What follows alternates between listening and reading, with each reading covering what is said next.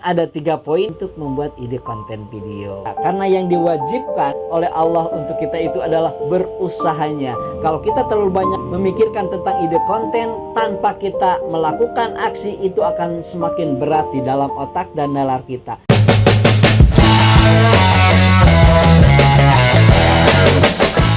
Assalamualaikum warahmatullahi wabarakatuh. Selamat berjumpa kembali dengan Kang Asyik, channelnya sahabat YouTuber pemula. Bersama Kang Asyik, biasa teman-teman, apapun dan bagaimanapun keadaannya, pokoknya harus selalu kita syukuri dan kita asikin saja. Biar kita sehat, biar kita tetap bahagia. Bagaimana kabar teman-teman hari ini? Mudah-mudahan kabarnya sehat lahir dan sehat batin, dan tentunya berlimpah rezeki yang halal dan banyak. Amin ya robbal alamin. Dan pada kesempatan ini Kang Asyik akan menyampaikan 3 poin bagaimana sih caranya untuk mendapatkan ide konten yang secara singkat. Karena yang Kang Asyik alami memang kadang-kadang untuk mencari ide konten itu sungguh sangat melelahkan ya. Biasanya kalau keadaan seperti itu kitanya biasanya dalam keadaan lelah ya, pikiran atau kurang istirahat dan lain sebagainya. Hanya untuk cara mengantisipasinya, nah ini ya, karena kita di dalam membangun channel itu kan katanya harus konsisten dalam membuat konten video. Ketika berbicara konsisten dalam membuat konten video, ya tentunya minimal kita harus punya ide kan, seperti itu. Nah, ide ini sebetulnya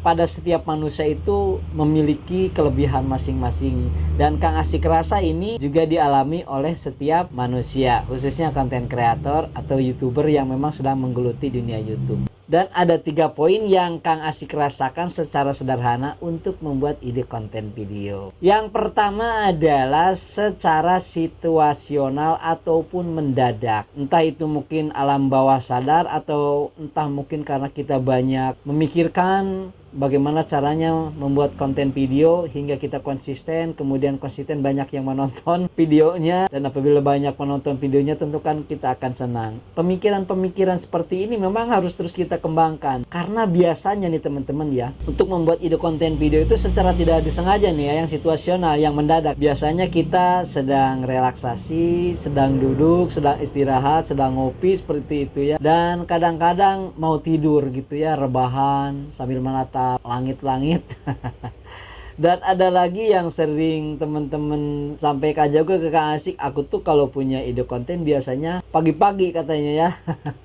Maaf ya, sedang di air gitu ya. Biasanya kalau cowok kan sambil merokok. Memang kadang-kadang di situ ide konten suka ada. Maksud Kang Asyik nih, baik itu ketika sedang rebahan, mau tidur sambil menatap langit-langit, atau sedang duduk sambil istirahat dan ngopi. Dan itu yang di air tadi, ketika ada ide konten, nah itu harus secepatnya ya, kita minimal ditulis di secari kertas. Jadi kalau kebiasaan Kang Asyik ya seperti ini, jadi kalau ada ide konten itu ya langsung ditulis di secari kertas. Untuk urusan kalimatnya bagaimana saja tulis, yang penting kita ingat bahwa ingin membuat ide konten seperti itu. Dan ini terus terang saja sering Kang Asyik alami, dan alhamdulillah ya teman-teman, banyak juga konten-konten video hasil daripada pemikiran atau ide konten yang mendadak. Itu adalah yang pertama. Kemudian yang kedua teman-teman, kadang-kadang kan sering juga kita mendengar para YouTuber senior mengatakan bahwa kalau memang kita ingin menjadi YouTuber atau konten kreator ya, yang nontonnya, yang seringnya kita harus sering nonton YouTube. Tentunya nonton YouTube itu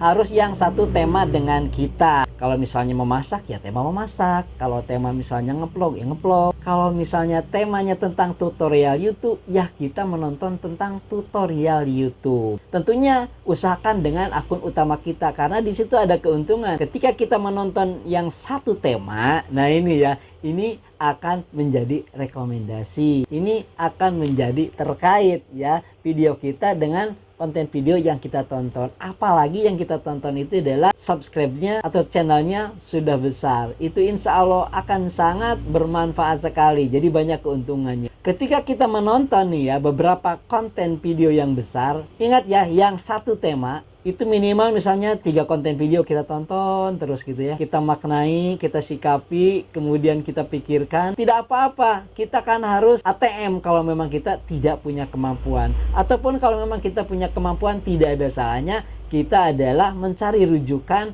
mencari sumber pustaka berupa konten video orang lain. Dan di sini intisarinya teman-teman, balik lagi. Kalau Kang Asyik, apa nih ya yang kita tonton itu? Kita tulis juga di sini poin-poinnya. Katakanlah bahwa ini adalah kerangka karangannya dari konten video yang kita tonton. 1 video, 2 video, 3 video dengan misalnya judul yang sama dalam tema yang sama, itu insya Allah nanti teman-teman akan merekayasa atau memodifikasi. Tadi itu amati, tiru, modifikasi. Kalau begitu Kang Asyik mencontoh dong, mencuri dari orang lain. Ya bukan mencuri, emang di dunia ini ada yang original? Tidak ada ya.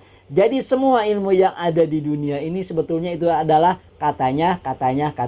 Hanya saja ketika kita menciptakan sebuah inovasi baru atau ilmu baru, memang jelas harus berdasarkan pada riset ilmiah hasil daripada orang-orang sebelum kita yang sudah berhasil dan bermanfaat. Itu akan lebih baik. Jadi itu yang kedua ya teman-teman. Sekali lagi, sering-sering nonton konten video yang satu tema dengan kita, kemudian kita maknai sambil kita belajar, dan intisari yang kita mengerti ditulis, kemudian nanti kita kembangkan. Itu yang nomor 2. Yang ketiganya nih teman-teman adalah kunjungan kepada sesama YouTuber. Wabil khusus adalah YouTuber pemula. Kalau pengalaman Kang Asyik untuk urusan kunjungan ya, ini tidak usah selalu kepada yang satu tema. Karena apa tujuannya? Adalah untuk memperluas jaringan tali silaturahmi. Mau tidak mau di YouTube ini adalah ada konsep bisnisnya. Sementara konsep bisnis itu teman-teman tidak terlepas daripada jaringan.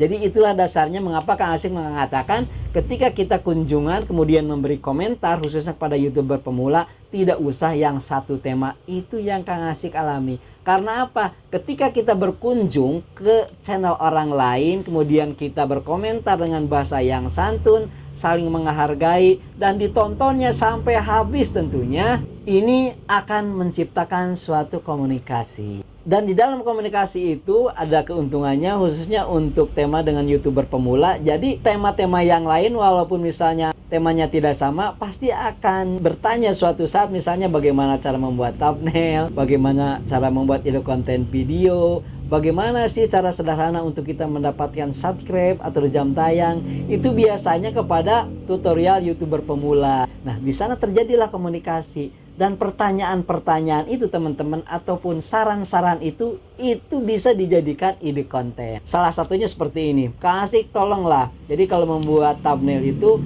jangan di laptop, jangan di komputer karena kami menggunakan HP Android. Nah, ini mau tidak mau walaupun Kang Asyik tidak suka sebetulnya menggunakan HP Android. Karena apa? Jadi HP Android kan kecil. Jadi ini ibu jarinya suka kemana? Akan tetapi ini adalah permintaan dari subscriber kita. Subscriber kita itu adalah pelanggan. Pelanggan itu harus kita layani semaksimal mungkin. Walaupun kita tidak tahu, ya kita mencari rujukan. Walaupun misalnya kita tidak biasa menggunakan HP Android dalam tutorial, Kang Asyik sendiri memaksakan diri itu untuk membuat tutorial membuat thumbnail dalam HP Android. Walaupun memang jumlahnya tidak sebanyak tutorial membuat thumbnail di laptop. Nah, ini kan keuntungannya banyak. Jadi terjadi silaturahmi, terjadi saling terkaitan antara konten video kita dengan orang lain. Kemudian ketika orang meminta, kita juga jadi mencari ilmu pengetahuan yang lain. Jadi banyak lah. Jadi itu saja teman-teman, sekali lagi kesimpulannya adalah untuk membuat ide konten sederhana itu, kita sederhanakan lagi. Sebetulnya banyak cara-caranya, hanya yang Kang Asyik alami adalah 3 saja. Yang pertama adalah situasional atau ide konten mendadak hasil pemikiran otak kita yang kadang-kadang dalam keadaan waktu tertentu, dan itu harus ditulis. Kemudian yang keduanya adalah karena kita konten kreator itu, karena kita adalah YouTuber, ya kita harus sering menonton konten video orang lain, khususnya yang satu tema. Karena apa? Kita akan menggali ide konten. Dan yang ketiga adalah kita harus sering silaturahmi, kunjungan kepada sesama YouTuber pemula. Karena silaturahmi itu adalah wajib teman-teman untuk memperpanjang umur kita. Umur di sini dalam arti banyak arti. Jadi itu teman-teman, mudah-mudahan menginspirasi, mudah-mudahan membangkitkan semangat kepada teman-teman. Kita jangan pernah menyerah. Kalau kita terlalu banyak memikirkan tentang ide konten tanpa kita melakukan aksi, itu akan semakin berat di dalam otak dan nalar kita. Maka untuk itu, apapun yang kita mampu, apapun yang kita bisa, lebih baik kita praktekkan apa adanya dan tidak usah memaksakan. Untuk hasilnya itu adalah bukan perkara kita, karena yang diwajibkan oleh Allah untuk kita itu adalah berusahanya. Adapun hasilnya itu adalah urusan Allah Subhanahu wa taala. Maka untuk itu kita harus selalu bersabar, selalu tekun, dan tetap menjaga silaturahmi antar sesama teman, khususnya YouTuber pemula. Saya Kang Asik mohon undur diri untuk pamit. Wallahul muwaffiq ila aqwamit thoriq. Assalamualaikum warahmatullahi wabarakatuh. Jos.